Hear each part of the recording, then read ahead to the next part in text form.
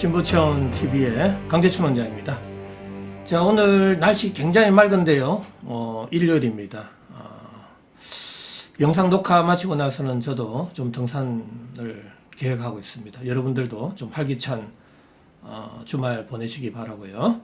자, 오늘은 제가 과색소 침착증의 질환들이 많습니다.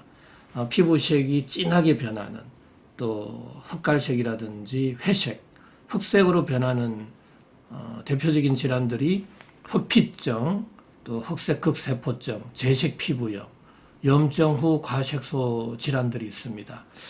이번 시간에는 먼저 흑피증에 대해서 제가 좀 자세하게 설명을 해드리겠습니다. 자, 먼저 흑피증의 정의 및 특징에 대해서 먼저 살펴보죠. 자, 특히 얼굴, 이마, 목 부위에 흑갈색의 접촉성의 피부 질환이다. 뭔가 어떤 화학 물질이라든지 어떤 접촉, 화장품, 염색약, 여러 가지 다양한 또 자극성인 물질들의 어떤 의해서, 접촉에 의해서 특히 얼굴이나 목 주변에 흑갈색의 과색소 침착증이 발생하는 질환을 흑피증이다, 이렇게 정의를 내리고 있죠. 특히 40대 후반의 여성에게 좀 다발하고요.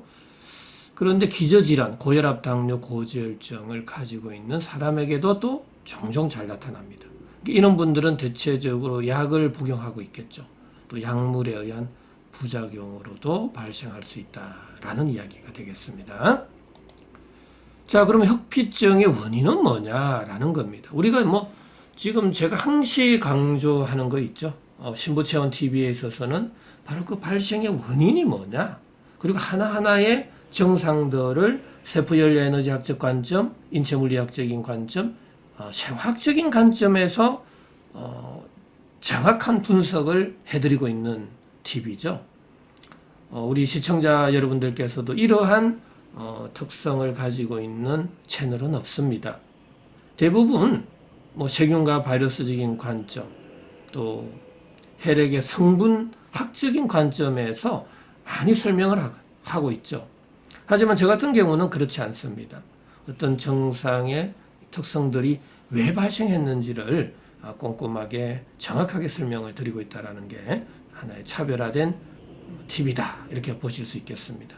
자, 흑피증의 원인은, 정확한 원인은 지금 잘 모르고 있습니다. 아직까지도.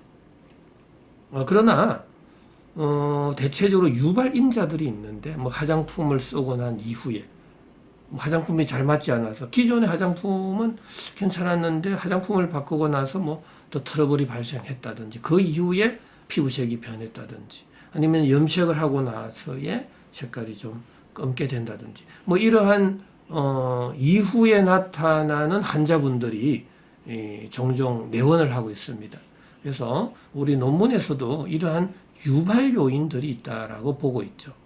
하지만 염색을 하든 또 화장품을 사용하든 간에 일반적인 사람들은 잘 안 나타나거든요. 똑같은 화장품의 성분을 가지고 있지만. 그래서 모든 원인이 화장품이나 염색약에 의해서 발생했다라고 하기에는 좀 정확한 원인이라 할 수는 없다라고 볼 수 있는 거죠. 그래서 저 같은 경우는 세포연료에너지학적 관점에 있어서 바로 심부 온도의 저하에 의한 피부 온도의 상승 결과다, 이렇게 원인을 저는 주장하고 있습니다. 자, 왜 그러냐 하면은요. 자, 정상적인 사람들은 심부 온도가 높아져 있고 모공은 열려져 있고 피부 온도가 지금 낮아져 있는 상태입니다. 자, 피부 온도가 낮아져 있는 상태에서 화장품을 쓰든 염색약을 쓰든 약간의 피부에 자극이 되겠죠. 그러면 피부 온도가 조금만 올라갈 경우에 있어서는 흑피증이 안 생긴다라는 겁니다. 그런데 기존의 어떤 사람들의 생활 습관이나 환경이나 여러 가지 다양한 원인에 의해서 이 심부 온도가 낮아져서 피부 온도가 높아져 있는 상태에서 염색약을 바르거나 화장품을 쓸 경우는 피부에 더 자극이 가겠죠. 피부 온도가 더 올라가면 피부에 염증이 유발되고 그때 과식소 침착증이 될 수 있다라는 이야기입니다. 그래서 저 같은 경우는 심부 온도의 저하에 의한 피부 온도의 상승 결과로 발생됐다라는 게 흑피증의 원인이다. 그렇게 주장을 하고 있다는 겁니다. 자, 그렇다면 이 흑피증의 다양한 증상을 가지고 왜 제가 이렇게 주장하고 있는지를 한번 설명을 드리겠습니다. 자, 흑피증의 대표적인 증상, 흑갈색의 거물 모양의 과색소 침착증이 있다라는 겁니다. 자, 이 사진을 잘 보세요. 자, 이게 망상의 거물 모양의 흑갈색의 과색소 침착 대표적인 형태입니다. 이분도 약간의 얼룩덜룩한 망상형이 보이지만 이분은 또 그렇지는 않잖아요. 그래서 모든 환자분들이 다 거물 모양의 과식소 침착증을 가지고 있는 것은 아닙니다. 자, 그 다음에 중요한 것은 흑피증의 중요한 것은 가려움증입니다. 대부분의 사람들은 가려움증이 있습니다. 왜 그럴까요? 저번 시간에도 누누이 강조했죠. 가려움증은 모공이 다쳐서 생긴 거라고. 그래서 이 흑피증 또한 세포의 손상으로 심부온도가 떨어지면서 모공이 다쳐서 발생했다라는 이야기입니다. 왜? 가려움증이 나타나기 때문에 그렇다라는 거죠. 자, 가려움증이 있고 없고의 차이는 모공이 좀 많이 열려져 있는 경우에는 가려움증이 없고요. 모공이 좀 완전히 닫혀져 있는 경우는 또 가려움증이 많겠죠.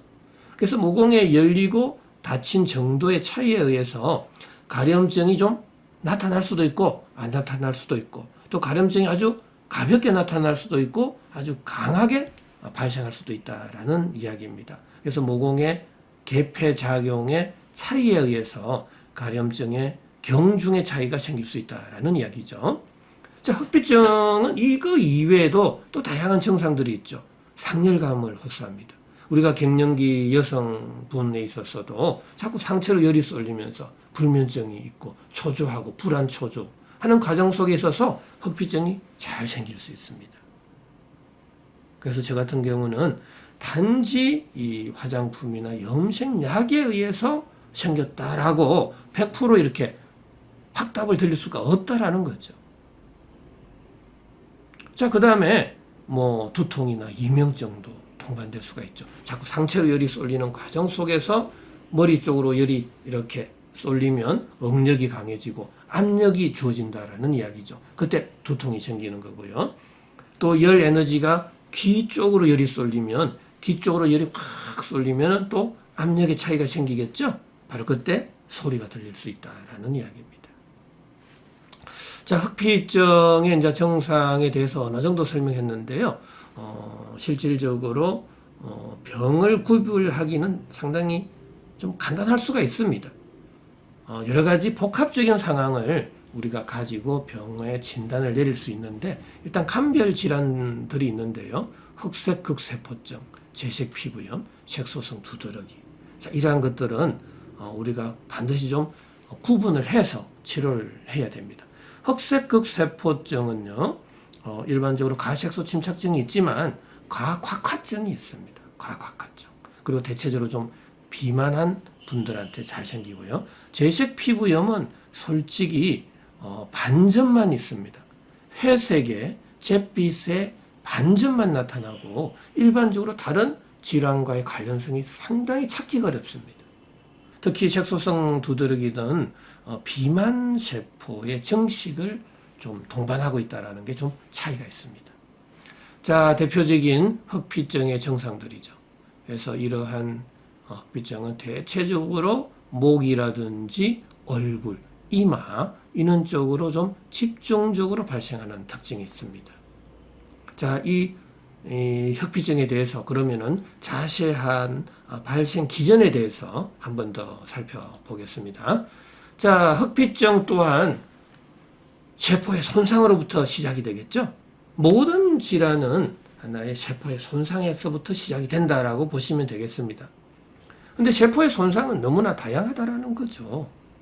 우리가 뭐 세균, 바이러스, 곰팡이뿐만 아니라 여기에 적혀져 있는 압력, 온도, pH, 전해질, 또 저산소증, 물리화학적인 자극, 약물, 이온, 수술, 그 다음에 환경 여건, 또 그 이외에도 우리가 매일 드시고 있는 음식물의 점도, 경도, 산도, 표면적. 그 이외에도 너무나 많습니다. 뭐 우리가 뭐 자상을 입는다든지, 곤충에 물렸다든지, 뭐 아니면 부딪혀서 교통사고가 났다든지, 다양한 원인에 의해서 세포 손상은 너무나 많죠. 자, 이러한 하나의 세포 손상으로부터 모든 질병은 시작이 된다라는 이야기입니다. 자, 세포 손상이 이루어졌을 때 세포 내에 가장 중요한 소기관이 있죠. 바로 열 에너지를 발생하는 미토콘드리아에서의 기능이 떨어지게 되고요. 그때 ATP의 합성의 장애가 생깁니다. ATP는 열 에너지를 발생하는 아주 원초적인 물질입니다. 한 ATP당 7.3kcal가 발생하는 거죠. 자, ATP 합성이 장애가 되면 열 발생량이 줄어들겠죠? 자, 그러면 뇌를 포함한 오장육부의 온도, 코어 템퍼러처라는 심부 온도가 내려갈 수밖에 없죠. 그럼 심부 온도가 내려가면 체온 조절 중추 시상하부에서는 바로 체열의 방출을 줄이기 위해서 모공을 닫아버리는 거죠. 자, 모공이 닫히면은 열은 내 전신으로 골고루 분산할 수 없게 되죠. 그럼 열이 방출이 안 될 때는 강제적으로 열을 빼내야 됩니다. 바로 그게 가려움증으로 나타난다라는 이야기입니다. 자, 가려움증은 왜 발생한다? 모공이 닫힌 거죠.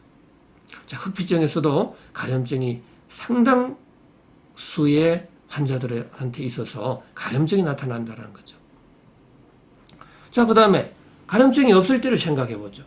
그러면 열 에너지는 구멍, 관절, 마찰이 많은 쪽으로 열이 쏠려서 방출이 된다라는 이야기입니다. 쏠리게 된다. 열 에너지가 중첩 교차되어서 그 중첩 교차되는 지점의 온도가 올라가게 된다라는 이야기입니다.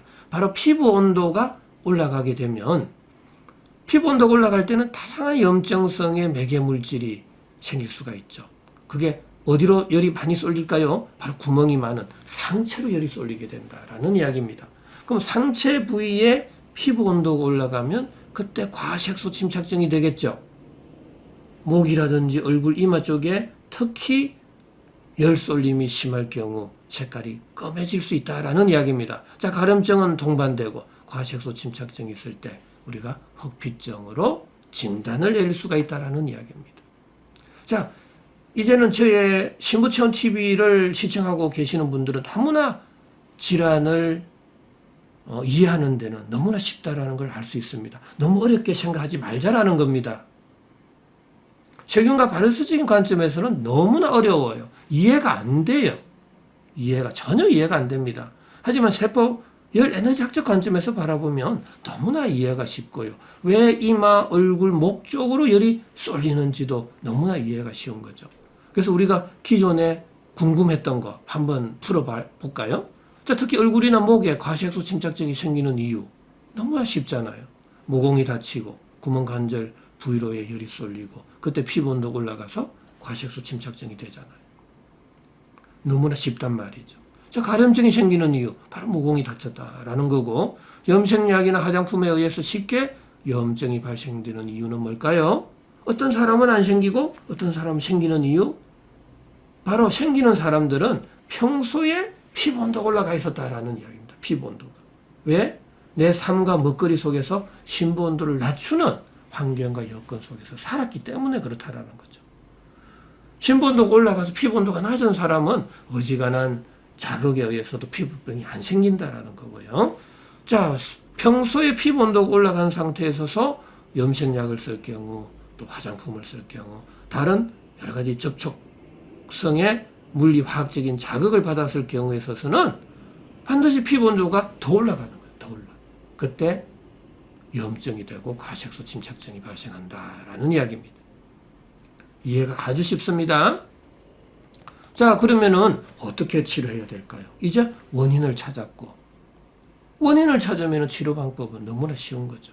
근데 서양의학에 있어서는 뭐 간단하게 치료합니다. 염증에는 스테로이드 제제, 가려움증에는 항히스타민 제제. 그렇게 치료를 막 하게 되죠. 뭐 어떤 경우는 뭐 레이저 치료를 하는 경우도 있습니다.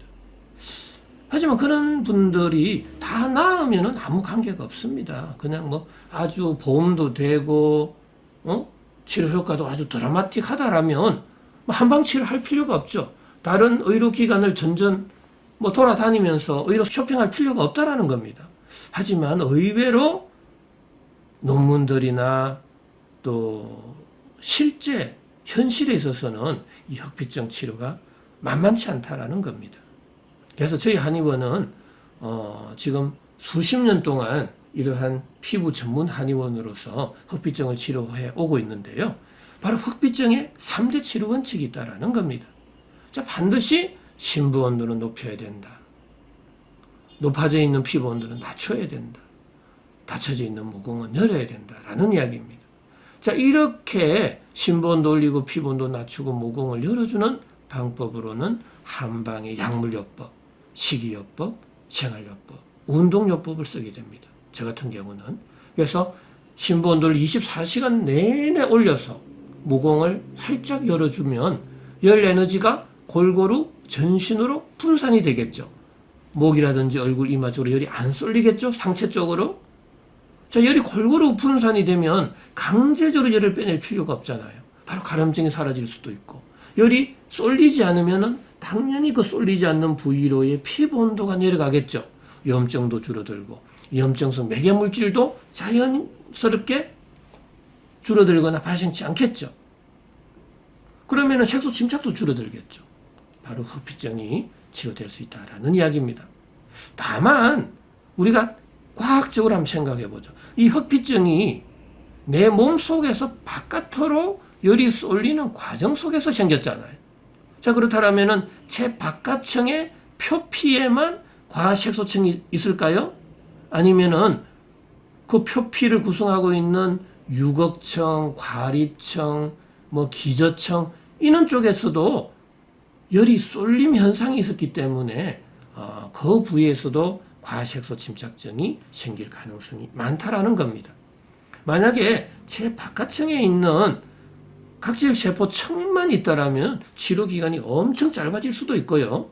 만약에 저 안쪽까지 있다라면 치료 기간이 좀 길어질 수 있다라는 이야기입니다. 그래서 환자에 따라서 이 치료 기간은 너무나 천차만별입니다. 하지만 치료 방법이나 치료 원리는 똑같다라는 이야기입니다. 자, 어느 정도 이 흑피증에 대해서 좀 이해가 되세요? 너무나 쉽습니다. 치료 사례들도 많고요. 너무 걱정하지 마시고 차근차근 우리가 좀 이성적으로 분석을 해서 치료를 해봐야 됩니다. 그냥 단순하게 쉽게 치료하려고 하다 보면은 자충수를 두게 된다라는 이야기죠.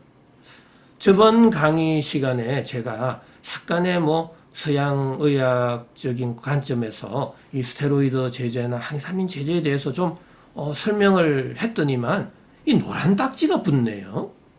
참 저도 여러분들과 좀 아주 솔직하게 설명을 드리고 싶어도 제가 자세하게 설명을 못 드리는 점 많은 양해를 바랍니다. 왜? 노란 딱지가 붙어요.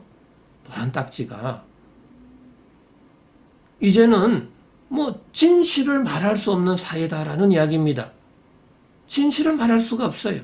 그래서 저 같은 경우는 한의원으로 내원하실 때만이 좀 더 구체적으로 강의를 해서 뭐가 원인인지 어떻게 치료해야 되는지 그 자세한 설명을 해드리고 있습니다. 어쩔 수가 없어요.